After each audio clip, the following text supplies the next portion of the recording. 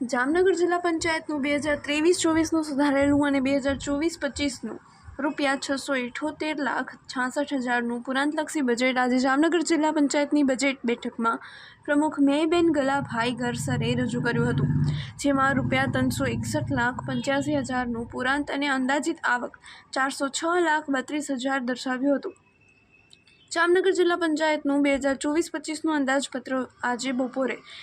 12:20 વાગ્યે મળેલી બજેટ બેઠકમાં રજૂ થયું હતું, જેમાં નવા ચેકડેમ બાંધવા માટે 20 લાખ, શિક્ષણ ક્ષેત્રે ઉપકરણોની ખરીદી માટે 30 લાખ, દવા માટે 2 લાખ, સ્માર્ટ આંગણવાડી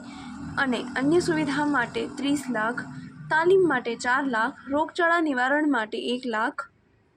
કોમ્યુનિટી હોલ માટે 70 લાખ, આકસ્મિક ખર્ચ માટે 25 લાખ, પંચાયત વિસ્તારના રસ્તા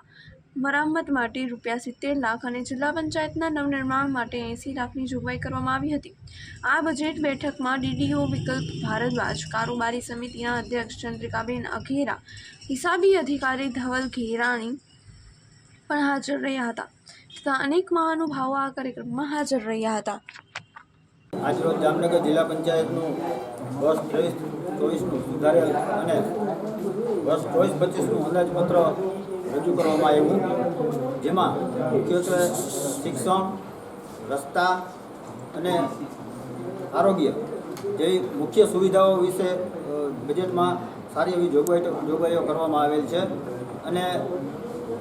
આ જોગવાઈ મુજબ લગભગ ગ્રામ્ય વિસ્તારમાં બધે સુખાકારી માટે બધા દરેક કામ થઈ જાય અને બધાને સંતોષ મળે પબ્લિકને, એવી રીતે આખું આયોજન કરી અને આ વર્ષનું બજેટ મૂકવામાં આવે છે। 1,040,51 લાખની સામે 678,66 લાખના ખર્ચની જોગવાઈ કરી